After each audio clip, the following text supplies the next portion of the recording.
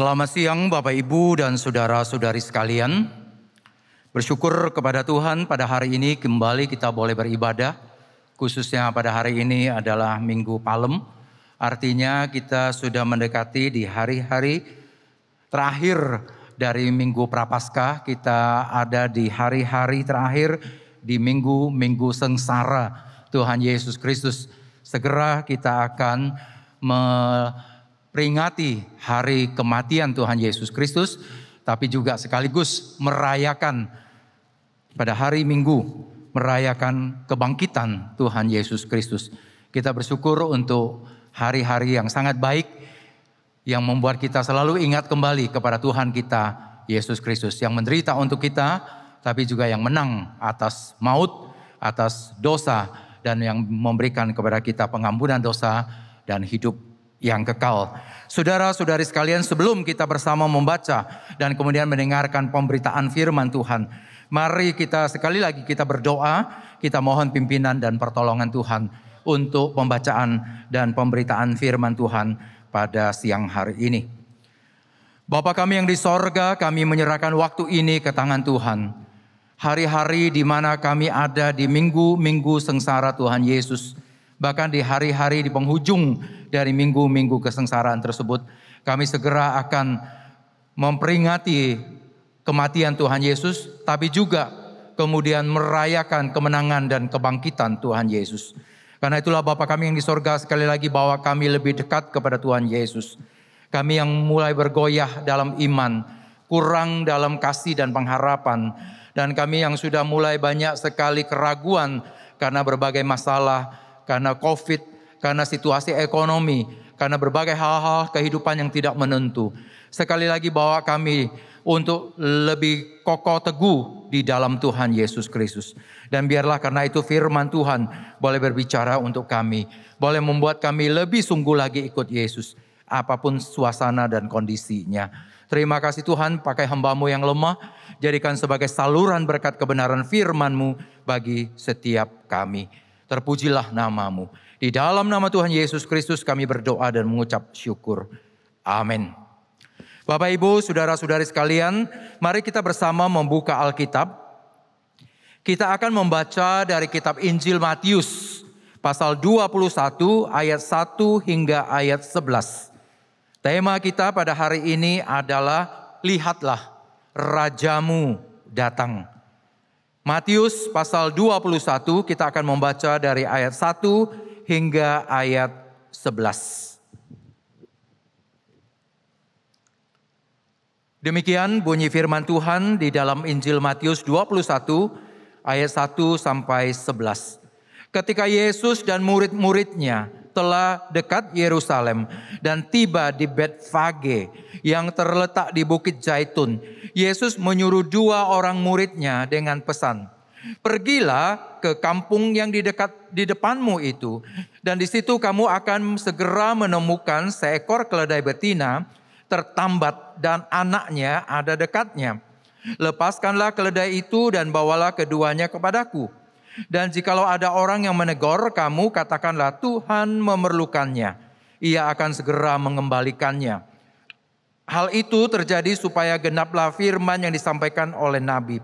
"Katakanlah kepada putri Sion, lihat, Rajamu datang kepadamu. Ia lemah lembut dan mengendarai seekor keledai beban yang muda." Maka pergilah murid-murid itu dan berbuat seperti yang ditugaskan Yesus kepada mereka. Mereka membawa keledai betina itu bersama anaknya, lalu mengalasinya dengan pakaian mereka, dan Yesus pun naik ke atasnya. Orang banyak yang sangat besar jumlahnya menghamparkan pakaiannya di jalan. Ada pula yang memotong ranting-ranting dari pohon-pohon dan menyebarkannya di jalan.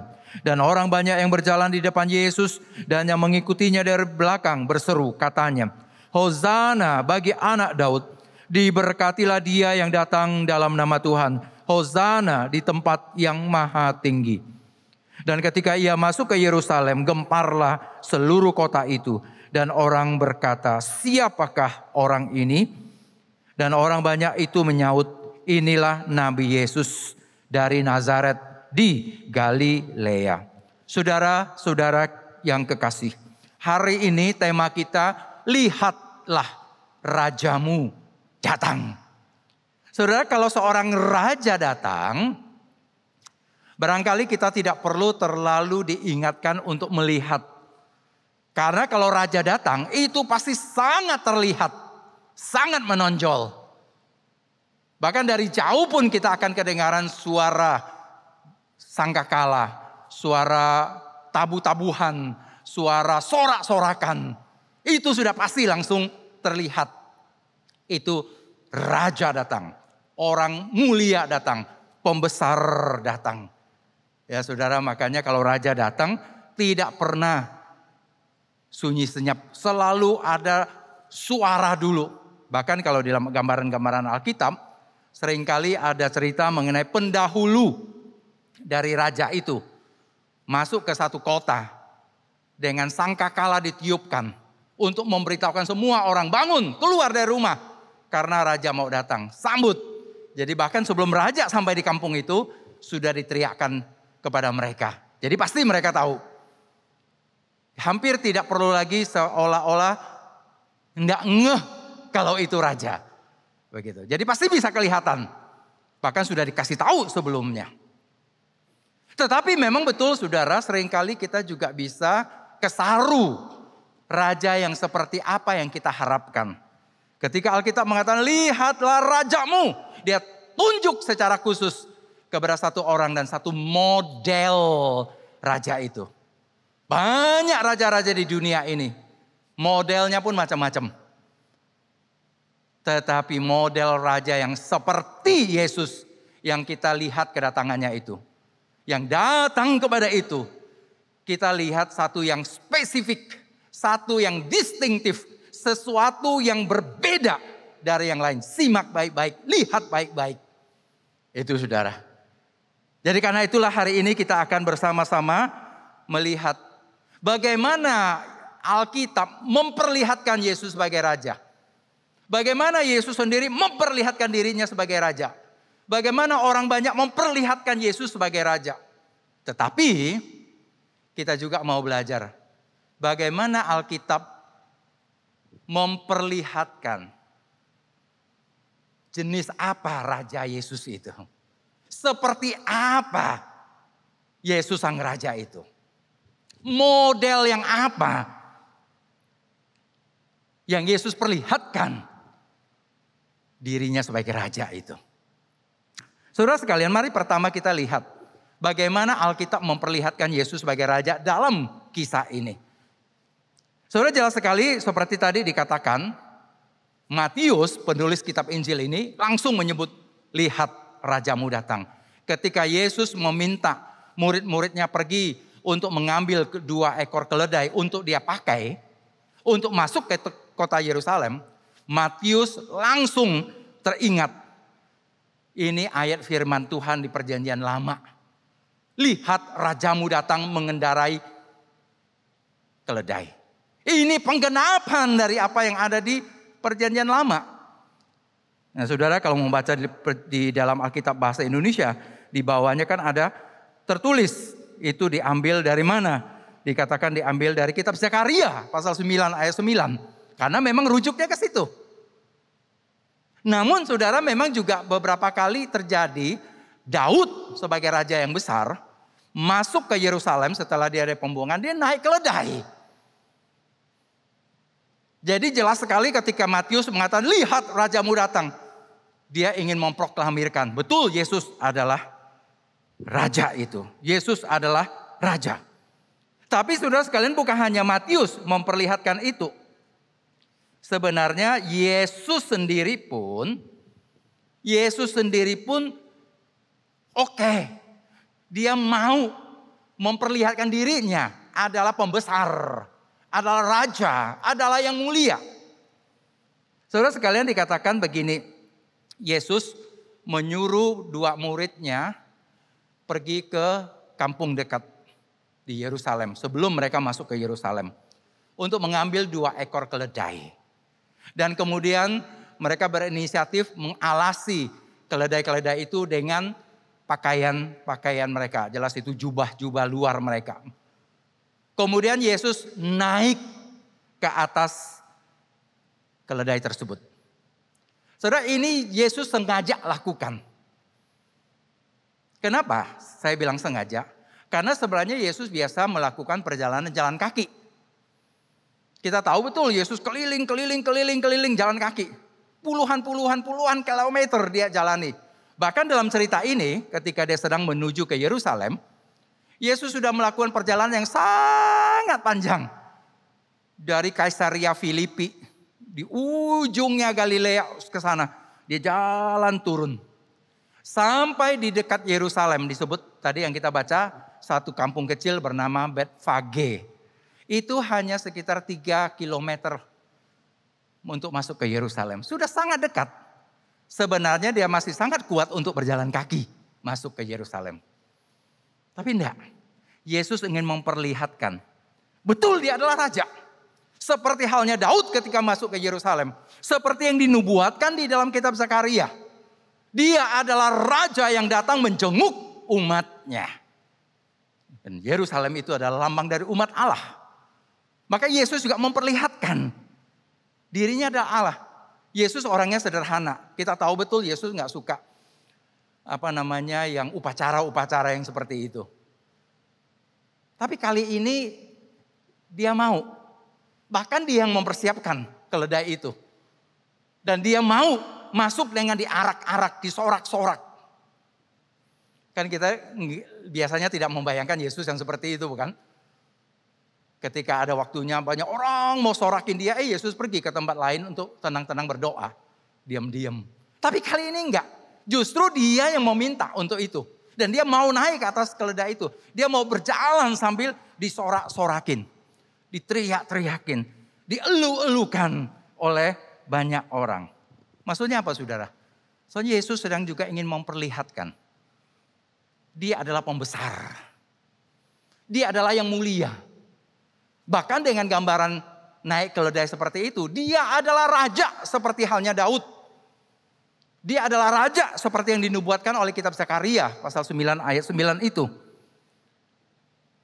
Dan juga saudara kalau kita lihat orang banyak yang disebutkan ada di depan Yesus, ada di belakang Yesus, pasti juga ada di kiri kanan Yesus.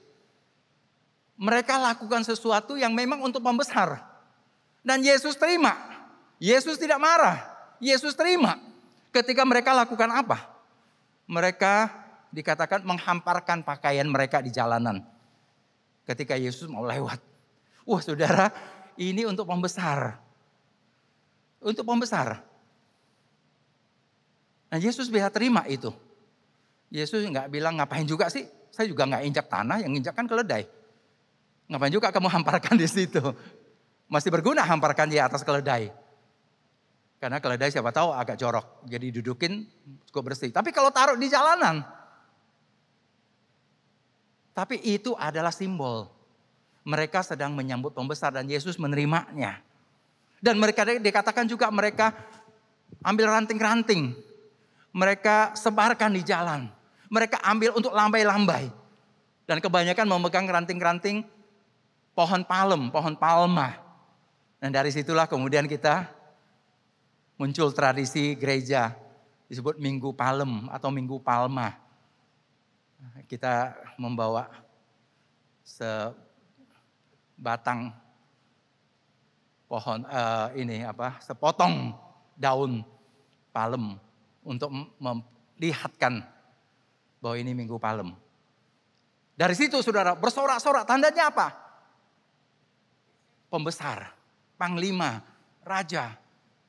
Yang memberikan kita kemenangan, yang memberikan kita damai. Itu datang sekarang masuk ke ibu kota, ke Yerusalem.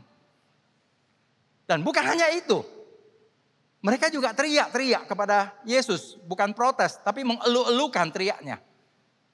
Teriakan seperti apa? Dikatakan mereka mengatakan Yesus adalah anak Daud. Yang sedang masuk ke Yerusalem itu anak Daud. Makanya muncul kata-kata yang juga kemudian menjadi sangat terkenal bagi kekristenan. Hosana bagi anak Daud. Saudara, istilah anak Daud sangat tepat dipakai dalam momen itu. Karena ini menandakan Yesus adalah keturunan Daud, pangeran yang akan mewarisi tahta kerajaan Daud seperti yang diimpi-impikan oleh orang-orang Israel. Sekarang tiba waktunya. Keturunan Daud akan menjadi raja. Duduk di kerajaan Israel, di tahtanya, di ibu kota, di Yerusalem. Jadi semua gambaran itu saudara memperlihatkan Yesus adalah raja. Jadi itu ditunjukkan kepada kita, lihat rajamu itu. Dan Yesus menerima. Itu yang terpenting, Yesus menerima. Yesus enjoy berjalan di atas pakaian-pakaian yang dihamparkan untuk dia. Yesus menerima ketika teriak-teriakan orang. Hosana, Hosana, anak Daud, dia teriak. Ingat cerita ini, kalau ditulis dalam kitab Injil lain, bahkan ada cerita mengenai pemimpin-pemimpin Yahudi bilang sama Yesus, suruh mereka berhenti, berisik banget itu. Yesus kemudian bilang apa? Yesus nggak merasa terganggu oleh suara berisiknya. Yesus juga tidak mau memberhentikan. Dia bilang enggak. Bahkan kalaupun saya paksa mereka berhenti, itu batu-batu itu bisa dibangunkan untuk memuji Tuhan. Artinya saudara, Yesus memang membiarkan itu terjadi. Dia sedang ingin memperlihatkan dirinya adalah raja. Sebenarnya kalau kita baca keseluruhan dari cerita kitab Injil, memang kita dimulai dengan cerita Yesus menjadi rendah. Menjadi seorang anak lahir di palungan. Tapi dari awal saja sudah memperlihatkan betapa mulia, betapa agung, betapa pembesarnya Tuhan Yesus ini. Khususnya dalam cerita yang kita baca ini. Memperlihatkan betapa Yesus adalah raja. Itu loh saudara, lihat rajamu datang.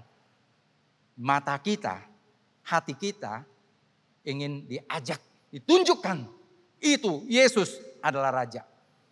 Makanya saudara ketika orang banyak sudah berteriak-teriak, ada juga orang yang saling bertanya, siapa dia, siapa dia, siapa dia. Terus ada yang bilang, dia nabi. Nabi Yesus dari Nazaret. Nazaret itu di Galilea. Itu sebenarnya kurang memahami apa yang sedang terjadi. Nabi gak pernah disorak-sorakin kayak begitu. Nabi gak mungkin dielu-elukan kayak begitu. Mana ada nabi diteriak-teriak dengan penuh kemuliaan seperti itu. Raja, pangeran, pembesar, orang agung mulia yang dilakukan seperti demikian. Makanya ketika orang mengatakan dia Nabi Yesus, itu lebih kayak sindiran. Enggak begitu terima, enggak begitu percaya. Makanya ditegaskan, dari Nazaret di Galilea. Enggak mau ngaku. Kalau Yesus itu sebenarnya bukan dari Nazaret Galilea. Yesus itu dari Bethlehem, kota Daud. Kalau Yesus dari Bethlehem, kota Daud, dia bukan hanya nabi. Dia adalah raja keturunannya Daud. Tapi untuk menunjukkan kurang signifikannya Yesus. Ya dia orang baik, dia pengajar kebenaran, dia nabi lah, suka khotbah sana, suka khotbah sini. Tapi tidak mau mengakui otoritas Yesus sebagai raja. Tegaskan, oh Yesus dari Nazaret, betul dia dibesarkan dari Nazaret. Dan itu bukan kota yang mulia untuk kelahiran seorang raja. Tapi jangan lupa sejarahnya. Dia lahir di Bethlehem, di kota Daud. Dia keturunan asli, papa mamanya keturunan Daud. Jadi harusnya orang sudah ngeh kalau ini adalah raja. Tapi itulah saudara sering terjadi. Dunia ini suka menyepelekan Yesus. Tidak peduli. Ya mungkin Yesus orang baik. Ngajar yang baik, oke. Tapi nggak mau mengakui otoritas Yesus sebagai Tuhan, sebagai raja, sebagai orang yang berhak memerintah atas kita. Itu raja. Kalau nabi boleh diabaikan. Dan zaman sekarang banyak nabi-nabi. Orang bisa menganggap dia nabinya bagus, hebat, kudus. Tapi orang nggak peduli. Tapi kalau raja, orang nggak bisa nggak peduli. Harus memperlihatkan ketaatan kepada raja itu. Karena raja punya otoritas. Nah karena itulah mungkin orang, ya dia cuma nabi. Enggak saudara, dengan semua yang diperlihatkan itu Yesus lebih daripada nabi. Tadi saya katakan Matius memperlihatkan. Ini raja. Yesus sendiri memperlihatkan. Orang banyak itu memperlihatkan. Yesus ini orang mulia, pembesar. Jadi ketika dikatakan lihatlah rajamu datang. Alkitab memperlihatkan Yesus itu adalah raja. Namun yang kedua saudara, tentu saja kita perlu beralih dengan hal yang pertanyaan kedua kita. Alkitab memperlihatkan Yesus itu raja seperti apa? Model rajanya Yesus itu seperti apa? Kalau seperti raja, mungkin istilah raja-raja kita sudah banyak punya. Raja-raja dunia ini. Zaman dulu banyak sekali raja. Umumnya raja yang kasar, bengis, gak peduli pada rakyat. Mengambil harta benda, pajak dari rakyat, hidup mewah untuk istananya, kerajaannya, dirinya, anak-anaknya, permaisuri dan dayang-dayangnya yang begitu banyak. Umumnya bukan cerita-cerita yang seperti demikian. Apakah Yesus seperti itu? Seperti raja yang seperti itu? Saudara sekalian, jadi lihatlah rajamu datang juga mengajak kita untuk melihat model seperti apa Yesus sebagai raja itu. Raja yang bagaimana Yesus itu. Saudara sekalian, mari kita lihat. Yang pertama, kelihatan sekali ketika Yesus mulai masuk ke Yerusalem, dia memperlihatkan dirinya sebagai raja seperti apa. Ini cerita yang kecil tapi menarik. Ketika dia meminta murid-muridnya pergi ke kampung, gak jauh dari tempat mereka, untuk mengambil 2 ekor keledai. Saudara, dikatakan di ayat yang ketiga. Dan jikalau ada orang menegur kamu, katakanlah Tuhan memerlukannya. Ia akan segera mengembalikannya.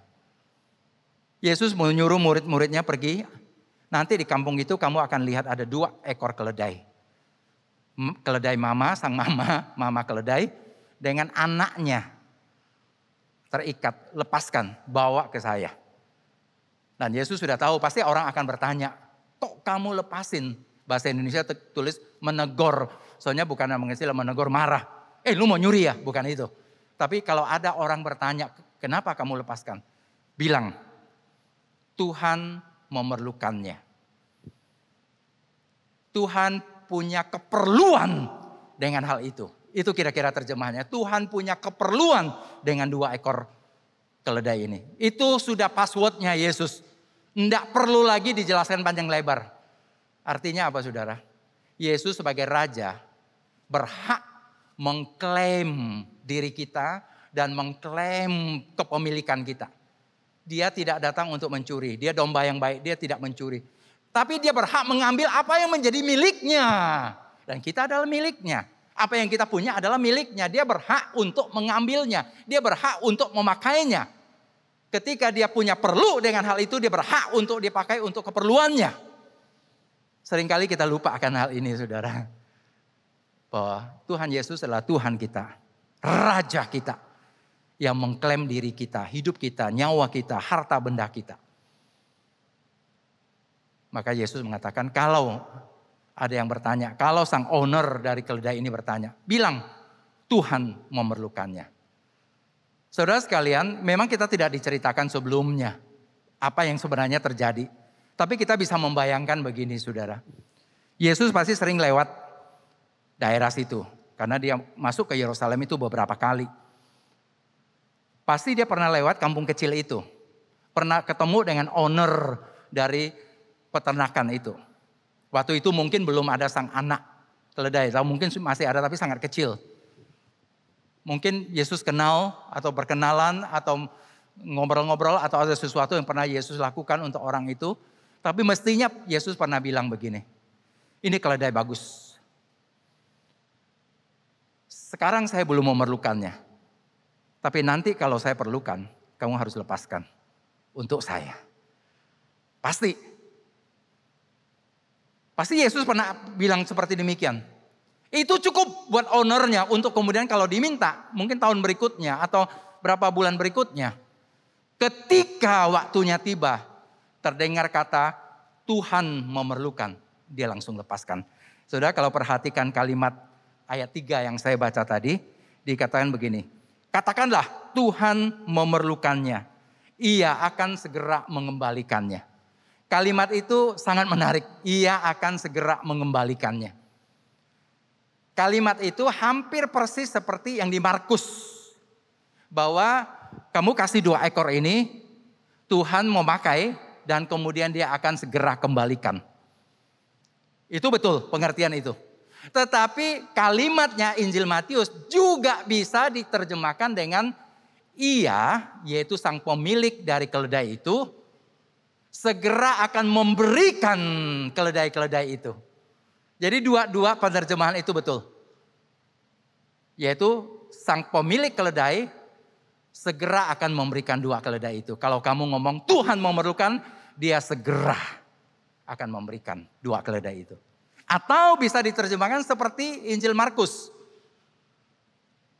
Kau bilang Tuhan memerlukan.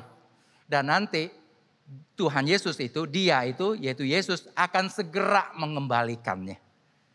Dua makna ini bisa dari kalimat itu. Dan dua makna ini benar adanya. Dan harusnya seperti itu. Ketika Tuhan Yesus bilang dia memerlukan, dia mengklaim hidup kita. Dia mengklaim waktu kita. Dia bilang saya ada perlu dengan engkau. Berikan waktumu, berikan harta bendamu, berikan hidupmu. Maka kita bilang segera kita berikan. Enggak tunda lagi. Enggak punya alasan, Tuhan saya mau pulang dulu. Jagain papa mama saya. Yang ada cerita itu kan. Nanti mau nguburin dulu. Orang tua saya kemudian baru ikut. Yesus bilang enggak. Kalau mau sekarang. Artinya ketika Yesus bilang dia perlu. Segera kita berikan. Jadi kalau Yesus bilang perlu, kita jangan menunda memberi.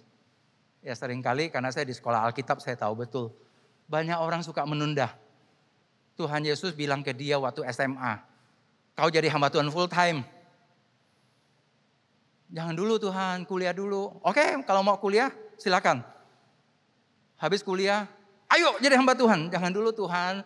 Kalau udah kuliah kan lebih baik kerja dulu. Mau kerja? Iya. Oke, silakan kerja.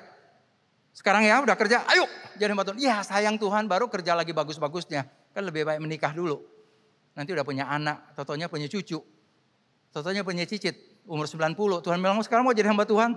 Mau sih tapi gimana sekolah Alkitab lagi ya udah 90 begitu. Sering kali bisa terjadi. Yang cerita tadi sih agak ekstrim begitu ya saudara. Tetapi artinya memang sering kali kita mau minta Tuhan menunda-nunda dulu. Cerita yang kita lihat adalah Tuhan mengatakan, Tuhan memerlukan, ia segera memberikan. Atau pengertian kedua juga betul. Kalau Tuhan bilang dia memerlukan, dia ambil dari kita apa yang kita anggap milik kita. Perhatikan saudara, kalau Tuhan ambil dari diri kita, kalau Tuhan ambil diri kita, tidak pernah Tuhan tidak mengembalikan, bahkan berkali-kali lipat. Bahkan berkali-kali lipat. Itu yang selalu dikatakan dalam kitab Injil.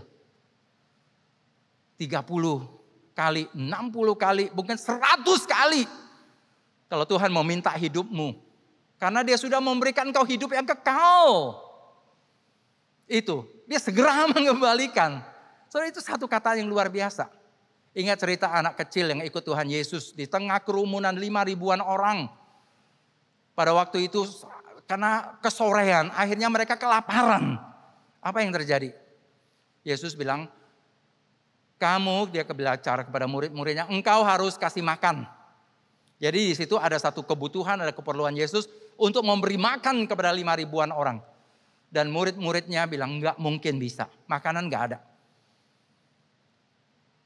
Kalau punya toko untuk kita beli makanan, uangnya terlalu banyak yang dibutuhkan. Kami enggak punya uang segitu. Barangkali kalau ada uang pun, entah mau beli di mana ini. Udah sore menjelang malam kayak begini. Maka mereka bilang, suruh sajalah mereka pergi dari sini. Yesus bilang, enggak boleh, kelaparan di tengah jalan. Apa yang terjadi saudara kita tahu? Ada seorang anak kecil, nguping-nguping dengar perkataan Tuhan Yesus. Dia duduk enggak jauh dari Yesus. Makanya dia bisa dengar suara Yesus. Kalau duduknya agak jauh dari Yesus, dengarnya suara iblis. Kayak gitu ya. Kalau duduk dekat dengan Yesus, dia kedengaran Yesus ngomong. Oh, Yesus lagi perlu. Yesus lagi butuh. Tapi saya nggak punya banyak. Saya cuma dibekali dengan 2 roti, salah lagi, 2 ikan dan 5 roti. 2 ikan dan 5 roti. Itu pun bekal saya yang tadi saya lupa makan gara-gara keasikan dengar Yesus cerita. Tapi gimana? Yesus perlu. Maka saudara, tanpa banyak pikir panjang, dengan iman, dengan percaya, dengan kasih sayang kepada Yesus, dia ambil, dia kasih kepada Yesus. Karena Yesus perlu. Dia kasih ke Yesus. Dan kita tahu apa yang terjadi. 2 ikan 5 roti menjadi makanan 5.000-an orang. Bahkan lebih berkeranjang. Tuhan kembalikan berkali-kali lipat. Itu saudara yang sering kali terjadi. Kita tidak transaksi dengan Tuhan Yesus. Tapi kita tahu juga janji Yesus bahwa dia mengasihi kita. Dia bukan datang untuk merampok kita. Bukan datang untuk mencuri dari kita. Dia datang untuk memberikan kita hidup. Bahkan hidup yang berkelimpahan. Makanya pertama-tama dia berikan kita hidup yang kekal. Karena itulah dia berhak mengklaim kita. Hidup kita itu adalah hidupnya dia. Hidup yang diberikan kepada kita. Dia berhak meminta ketika dia mengatakan aku memerlukannya. Itu raja saudara. Raja yang meminta. Yang kedua saudara. Bagaimana model raja Yesus. Saudara sekalian di dalam Alkitab yang kita baca tadi. Jelas sekali memperlihatkan. Yesus sebagai raja memang beda dengan raja-raja lain. Modelnya beda. Dan itu digambarkan dengan apa? Yesus masuk ke Yerusalem naik keledai. Dan keledainya keledai muda. 2 ekor keledai yang diambil. Kenapa 2 ekor keledai? Karena yang ditunggangi itu keledai yang muda yang belum pernah ditunggangin. Sudah kuat untuk ditunggangi tapi belum pernah ditunggangi. Dan masih muda karena dia masih hidup ditemani oleh sang mama keledai. Maka dua-duanya dibawa. Tujuannya apa? Supaya si keledai mama ini, betina ini menemani anaknya. Supaya anaknya tidak panik mungkin. Ya saudara, di tengah-tengah kerumunan begitu banyak orang. Dan Yesus tunggangi keledai. Dan keledai itu adalah lambang kelemahan sebenarnya. Karena kalau Anda mau memperlihatkan raja yang hebat, raja yang agung, raja yang perkasa, Anda naik kuda yang hebat sekali. Yang selalu bisa meringkik dengan 2 kaki terangkat. Wah hebat sekali. Jangan 4 kaki saudara, tapi 2 kaki depan. Biasa kan gambar-gambar seperti itu. Ya kalau kalian lukisan Basuki Abdullah begitu kan. 2 kaki kuda terangkat. Sang panglima atau sang rajanya menghunus pedang. Gagah perkasa. Tapi raja yang naik keledai itu hanya lambang raja yang lucu-lucuan kayaknya begitu. Kalau Anda menggambarkan seperti ada raja naik keledai. Tapi enggak saudara. Justru itu yang digambarkan. Yesus naik keledai. Maka kemudian disebutkan apa?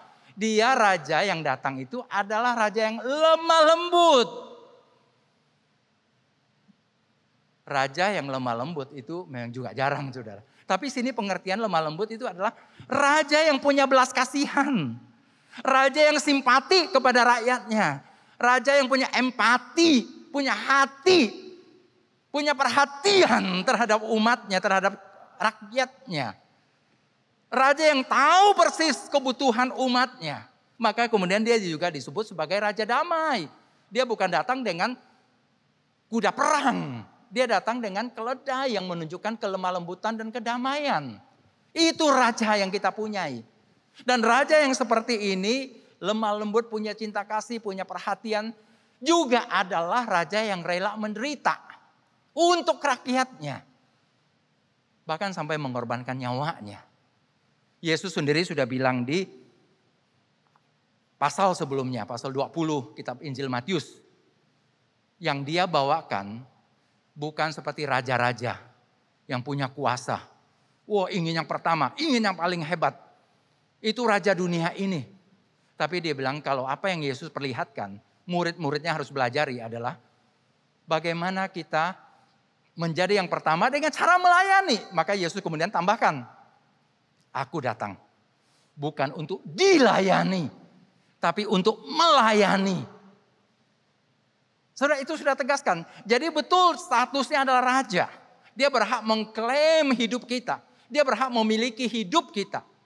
Tapi dia bukan dengan memaksa kita dengan ujung tombak dan pedang untuk kita menyerahkan diri kita. Dia datang memerintah kita dengan cinta kasihnya, dengan kelembutannya, dengan perhatiannya.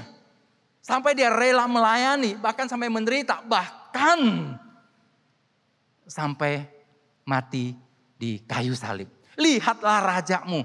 Raja ini sedang berjalan ke Yerusalem. Dan kita tahu betul apa yang terjadi di Yerusalem. Ditangkap. Dipermainkan, dipingpongkan oleh pembesar-pembesar. Disiksa, dianiaya. Disuruh pikul kayu salib. Kemudian disalibkan. Kita tahu di atas kepala Yesus tertulis apa? Inilah raja orang Yahudi. Itu bukan pujian. Itu ejekan. Karena nggak ada raja yang seperti itu.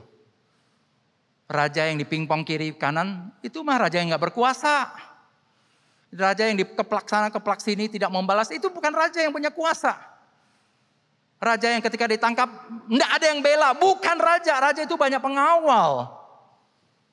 Raja ketika dihakimi, diam, nggak berani ngomong, nggak mau ngomong. Bukan nggak berani, nggak mau ngomong. Raja seperti apa? Ketika sampai dia disalibkan, tidak ada siapapun, pasukan apapun yang datang untuk membela dia. Raja seperti apa? Bukan raja itu. Saudara, mungkin dunia anggap itu bukan simbol-simbol raja. Kalau raja pasti penuh pasukan, pembela, penuh kuasa. Tapi Yesus begitu lemah. Yesus seperti tidak berdaya. Kenapa saudara? Kenapa rajanya seperti itu? Karena raja ini memerintah di dalam kelemah lembutan, kedamaian untuk memberi kita keselamatan. Untuk memberi kita pengampunan dosa. Untuk memberi kita kemenangan atas dosa dan iblis. Dia berperang bukan dengan kita. Dia justru datang untuk menyelamatkan kita.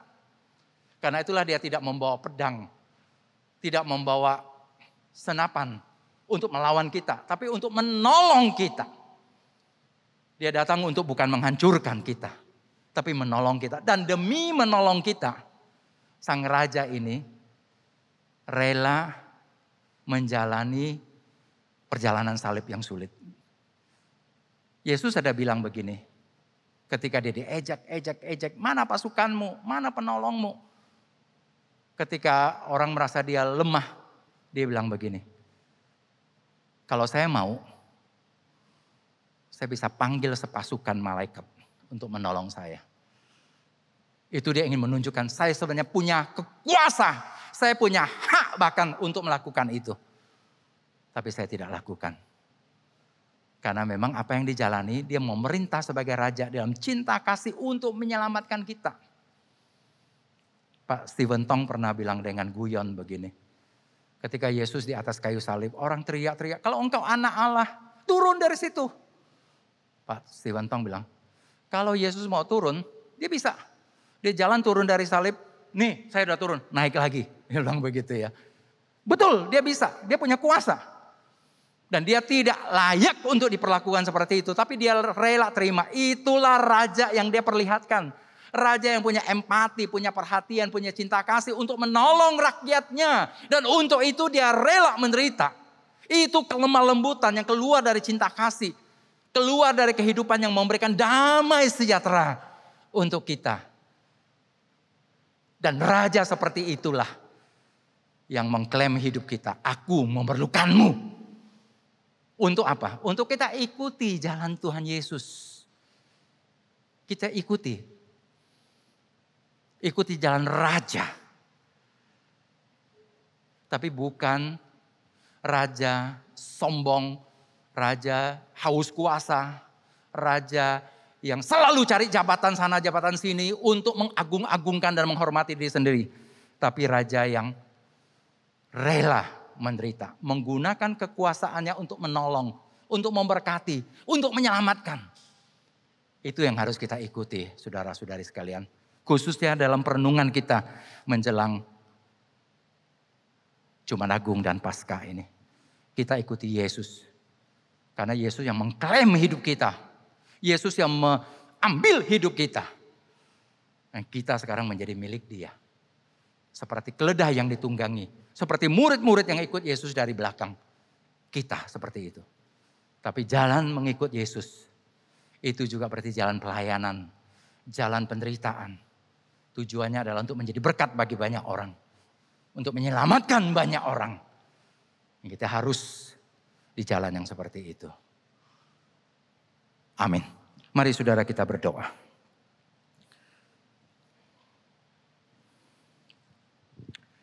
Bapa kami yang di sorga, terima kasih karena Engkau memberi kami kesempatan mendengar firman-Mu. Berbicaralah terus kepada kami. Tuhan, tolong kami sesekali terdengar perkataan-Mu dalam hidup kami yang sangat berisik, sangat bising ini. Bahwa Tuhan punya keperluan dengan kami. Milik kami, kepunyaan kami. Tuhan bilang Tuhan perlu. Tuhan memerlukannya. Bahkan diri kami, hidup kami, nyawa kami. Tuhan mengatakan Tuhan memerlukannya. Tolong kami untuk segera bisa memberikan.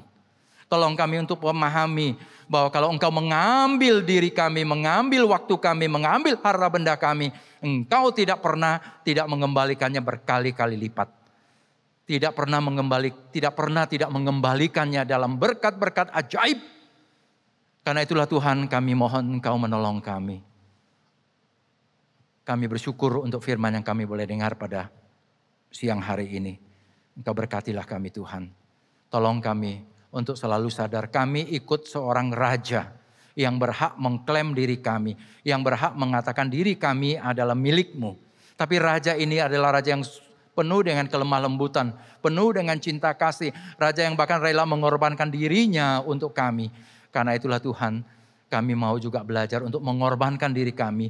Untuk menderita untuk-Mu. Ketika Engkau menuntut, Engkau meminta sesuatu dari kami. Engkau bahkan sudah memberikan yang termahal untuk kami, yaitu diri-Mu sendiri. Engkau tidak pernah menuntut apa yang Engkau tidak berikan kepada kami. Engkau sudah memberikan nyawa-Mu. Engkau sudah memberikan kami hidup yang kekal. Tuhan, karena itulah kami mau juga belajar untuk memberikan kepada diri-Mu, mengembalikan kepada Engkau ya Tuhan, apa yang Engkau sudah berikan kepada kami. Terpujilah nama-Mu Bapa. Biarlah firman-Mu boleh terus menerus berbunyi di dalam hidup dan hati kami. Di dalam nama Tuhan Yesus Kristus kami berdoa. Amin.